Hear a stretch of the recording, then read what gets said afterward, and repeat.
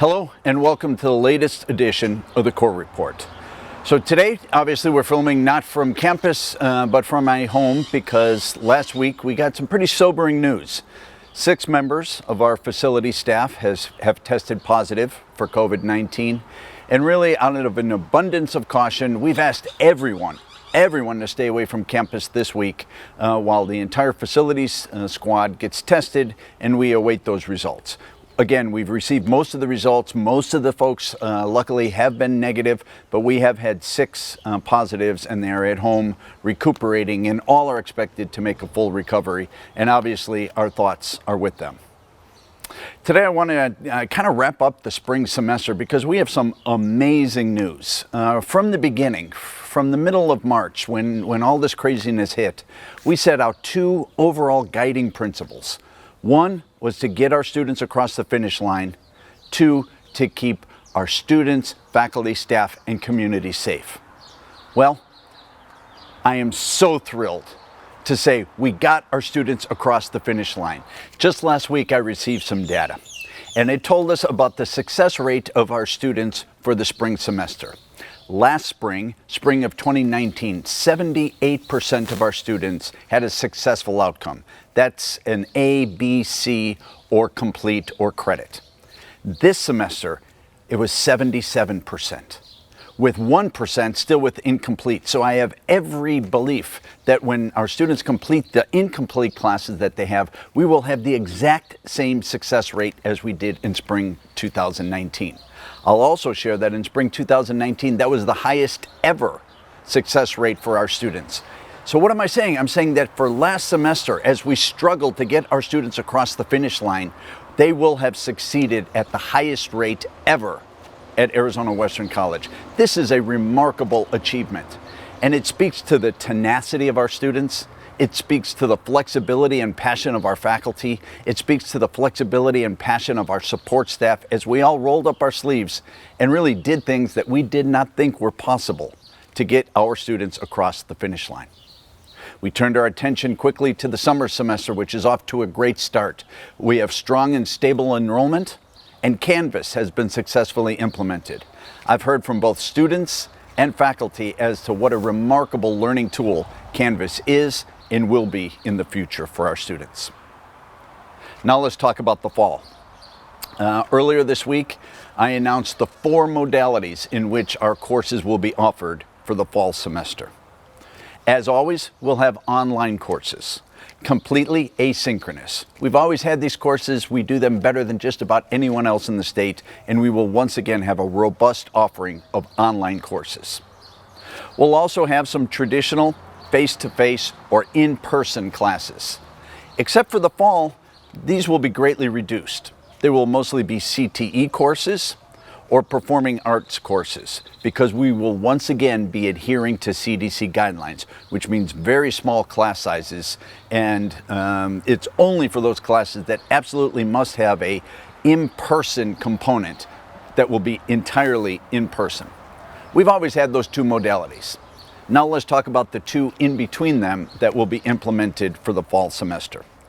One will be our in-person but blended, meaning some classes, some of the students will be in class with their instructor, while other parts of that same class will be participating through Zoom.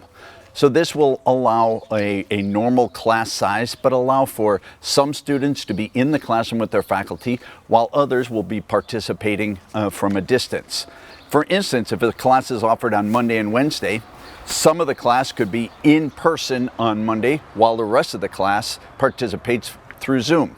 On Wednesday, that can be shifted. This will allow a couple of things. One, for us to continue to offer the opportunity for students to interact in the same room with the faculty. We heard from faculty that that's what they want. We heard from students that that's exactly what they need. And this modality will allow that to occur. It also has some additional benefits. If a student is not feeling well, we want them at home. This modality will allow students still to participate in the classroom via Zoom, but at home where there's not a risk of getting others sick. We also know that life gets tricky for our students. Perhaps they have to care for a younger sibling. Once again, that would allow them to stay home and still participate in this class. Then we have what will be completely synchronous, but from a distance. This is a regularly scheduled class where the faculty member will participate or gather the group via Zoom, who will all participate at the same time via Zoom. Once again, this allows flexibility and choice for our students, flexibility and choice for our faculty. For the time being, we've asked that our course mix largely remain the same, but we will be adjusting it through the summer as students make their preference known. Which of these modalities best suits their needs, and they'll gravitate toward those courses, and our schedule probably will be more flexible this summer than it's ever been. Now, we will continue to offer online services or services from a distance through the fall semester. These will once again be augmented by face-to-face services, or in-person services would be a better way to put that. This includes advising, this includes library services, tutoring, financial aid assistance, transfer assistance. In the past, we had most of these services exclusively face-to-face or in person. Then, on March 13th, we moved them all to a distance. In the fall, we're going to have a really nice blend, again, giving our students flexibility and, in fact, better serving our students. Now, there's a lot of unknowns as we head into the fall semester. Athletics, we're waiting to hear from the NJCAA. In fact, if students will be able to practice, whether we will have competition in the fall. I certainly hope we do, because athletics is such an important part of the AWC experience.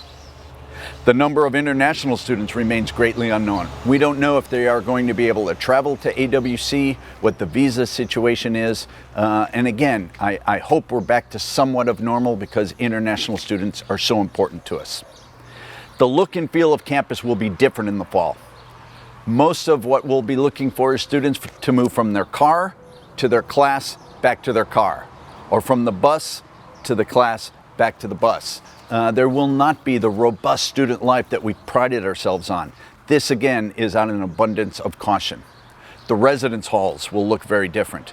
We are going from double occupancy to single occupancy, one student per room. Common areas of the residence halls will be closed. Student lounges will not be operable. We will again be taking away those sticky spaces where students gather, out of an abundance of caution for the safety of our students, faculty, staff, and community. A lot of unknowns. What is known is that AWC will react with agility and passion and innovation to serve our students. We know we will, because we have proof that we did. We got our students across the finish line in the spring in a manner that was amazing. I'll be back next week to chat with you about our plan to have a staged return to campus for our employees to begin to serve our students in a face-to-face manner in the coming weeks. Until then, please keep yourself safe, keep your family safe. Remember to take time to get away and take care of yourself.